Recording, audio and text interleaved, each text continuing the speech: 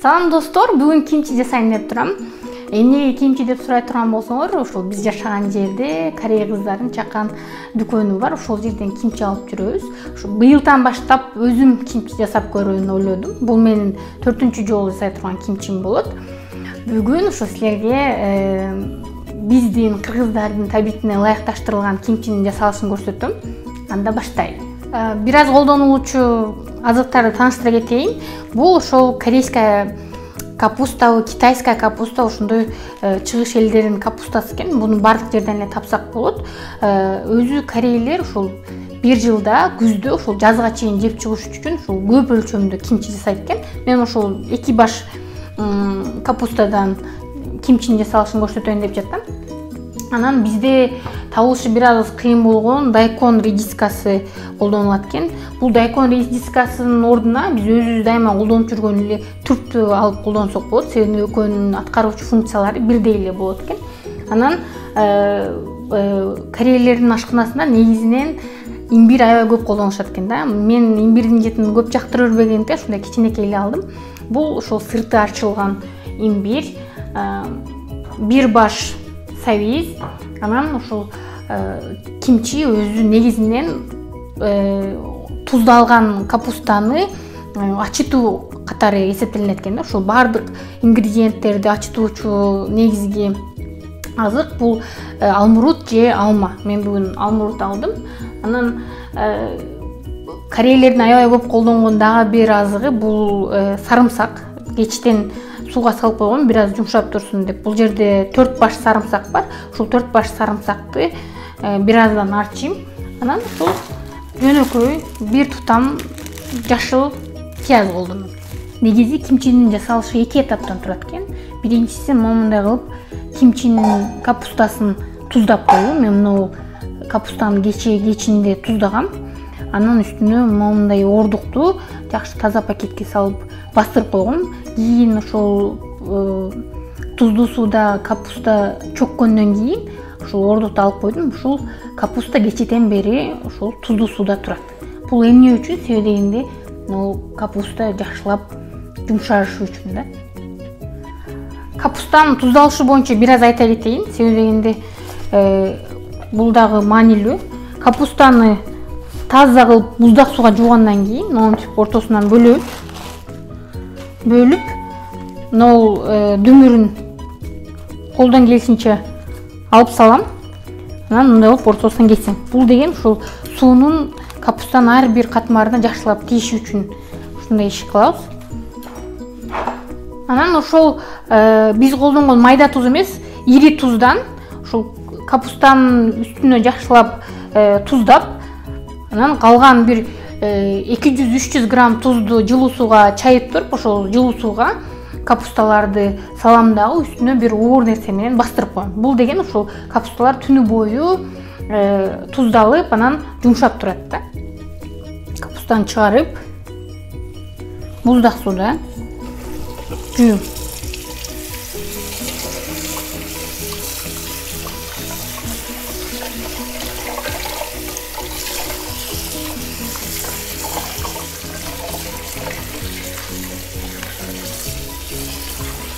Ушинтип капустанын ар бир кабатын буздак суу менен жууп чыгам. Жакшылап ашыкча туздары чыгып кетиши үчүн. Анан жууп бүткөндөн кийин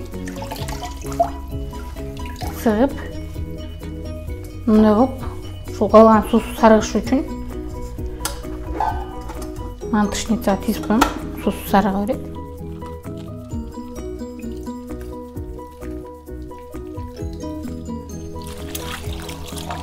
Ушул эле капустадан калган сууга капустаны кандай туздаганды көрсөтүп коеюн деп чечтим. Ал үчүн мына баягы мен силерге көрсөткөн капустаны ири туз менен жакшылап туздайм. Араларына туз кире тургандай кылып. Анан ушул капустаны туздуу, аябай туздуу сууга салам. Буну дагы аябай жакшылап туздап чыгам.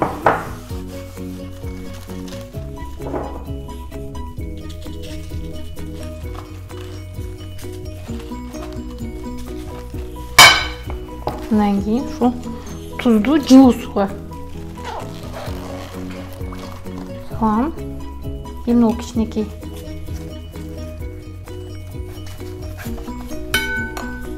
капустаны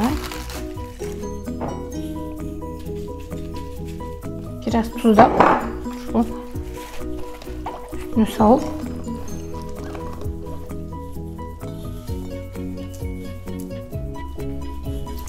үстүн жаап ушул бир күнгө туздалышын күтөм.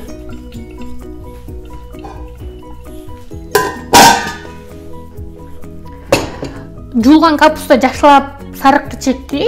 Бул кимчинин соусун жасаганды баштайм. Ал үчүн 1 стакан жөнөкөй эле биз билген унду, бунун ордуна күрүчтүн унун колдонсо болот, же күрүчтүн өзүн колдонсо болот. Мен көбүнчө ушул унду колдонгонду өздөштүрүп алдым.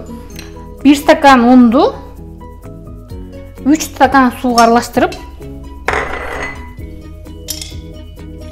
жакшылап бир былкылдап кайнагы чекти. Өтө жогорку эмес, ушу орто отто кайнатам. Un бөлтөк болуп кетпеш үчүн биринчи жакшылап аралаштыргыч менен аралаштырып.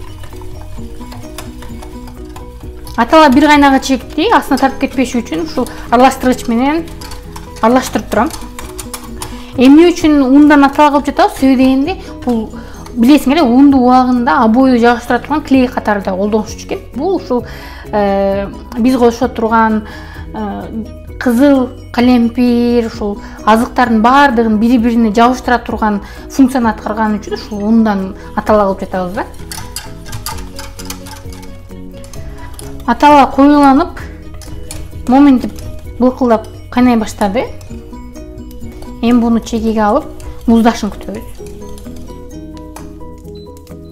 Атала муздагы чекти. Мына жумшап калган сарымсактарды ачып атам.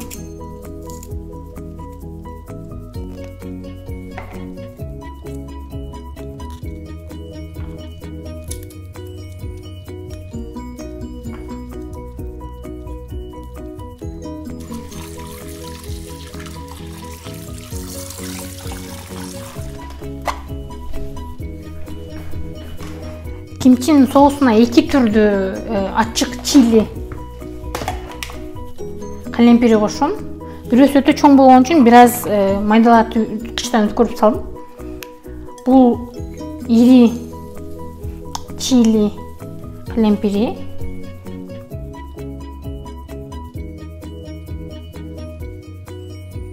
Ошол эле майдалаткычка азыр арчыган сарымсактарды салам.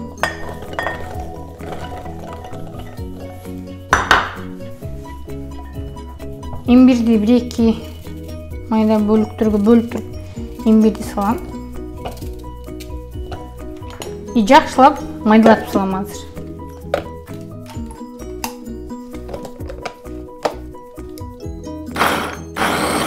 Сарымсак менен имбир бир аз майдалангандан кийин анын үстүнө ушул баягы эле алмурутту, бир баш пиязды, анан түрттөн бир аз, но дайкондон да бир аз кылып кошуп,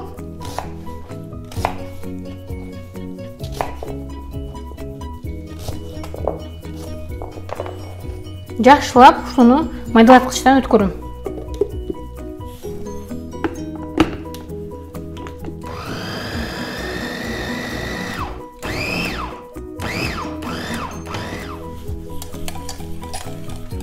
Атала бир аз муздай түштү. Эми ушул аталага 1 стакан өтө майдаланган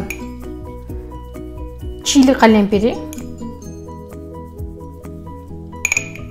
кошом дагы 1 стакан орто майдалыктагы чили кошуп жакшылап аралаштырам.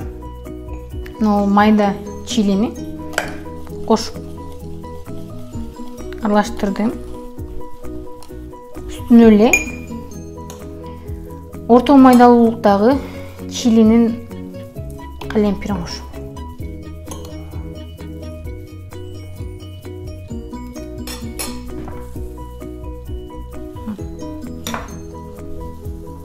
Эми ушунун баарын аралаштырам.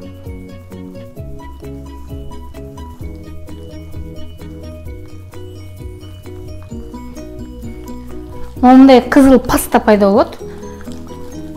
Негизи корейлер аябай көп калемпир кошушат экен. Биз анчалык көп ачуу жей албаган үчүн ошол 1 стакандан эле коштум. Эми ушуну чоңураак идишке аңтарам.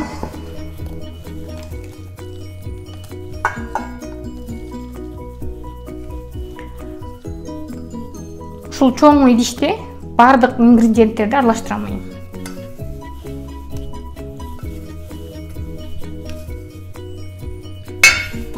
Дагы бир өзгөчө учур, ушул пастанын үстүнө 1 стакан рыбный соус коём. Бул соус бардык Кытай, Корей, Таиланддык дүкөндөрдүн баарында сатылат.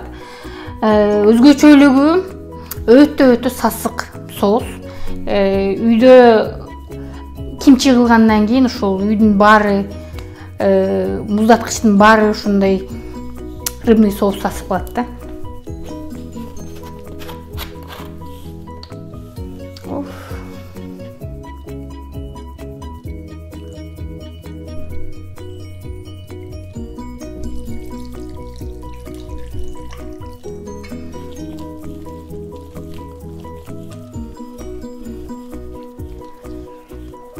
Пастага рыбный соусту кошкондон кийин паста бир аз суюла түшөт. Эми ушул пастанын үстүнө майдаланган бүтүн азыктарды кошуп аралаштырганды улантам.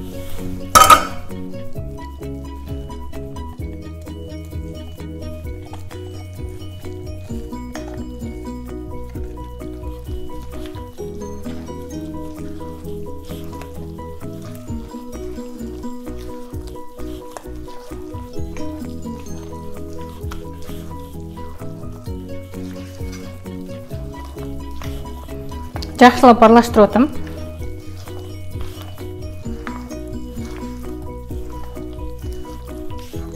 Идишти улантабыз. Ал үчүн калган дайконду сабизди, түрктү узун-узун кылып чоркадан өткөрөм.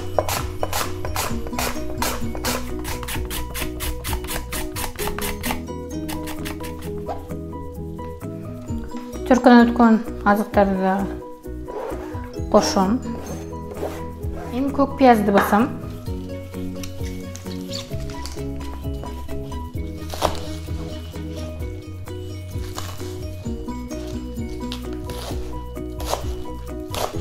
Өтө майда болушунун кажети жок. Дагы бир кызык учур, себебинде бир эле дайконду майдалаткычка кошуп, майдалап да коштук.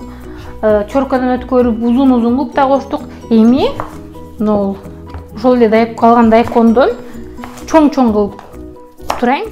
Кимчи даяр болгондон кийин ушул дайконун өзүнө алып жесең дагы сонун болот да. Бул ушул дайкондун чоң-чоң болуп кошула турган кезеги.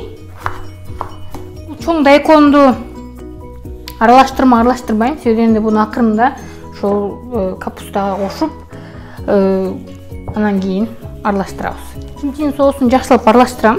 Аралаштыргандан кийин бир аз тыныктырып коем. Андан кийин ошол соусту капустага сүйкөгөнгө даяр болот.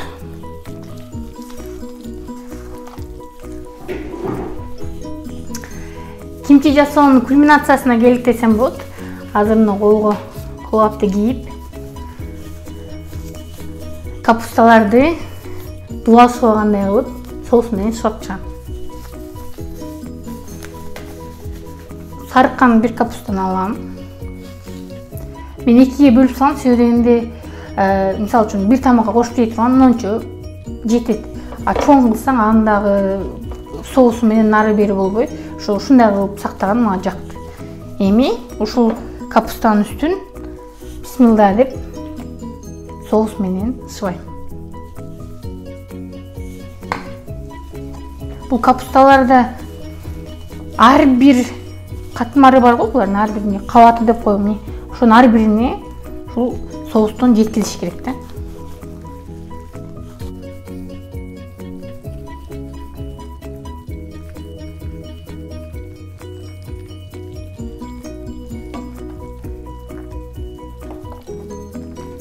мындай болуп соусталган капустаны эми контейнерге коем. Кийинкисин алам. Ар бир капустанын кабатына соустан шылап чыгам. Капустада ак жер калбаш керек, сөзүнүн кыскасы. Негизи туздалган капустанын өзүн жесең деле сонунда.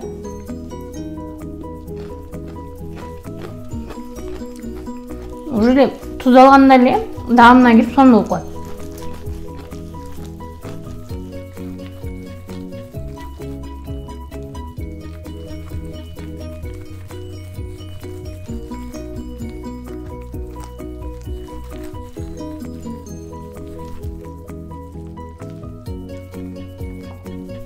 Баягы тураган дайкондорду да жакшылап шыбакка аралаштырып, аларды дагы мариновка алабыз.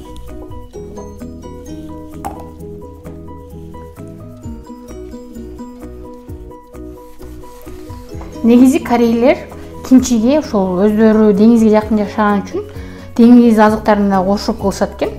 Бүгүнкү мен жасаган кимчи атайын ушул биздин табитибизге ылайыкташкан кимчи болду. Кимчилер даяр. Буну эми уздаткычка 10 күнгө коюп коем. Андан кийин бир жумадан кийин деле чекесинен жей баштаганга даяр болот. Видеону акырына чейин көргөнүңүздөр үчүн рахмат. Кийинки видеолордо жолугушканча саламатта болуңуз.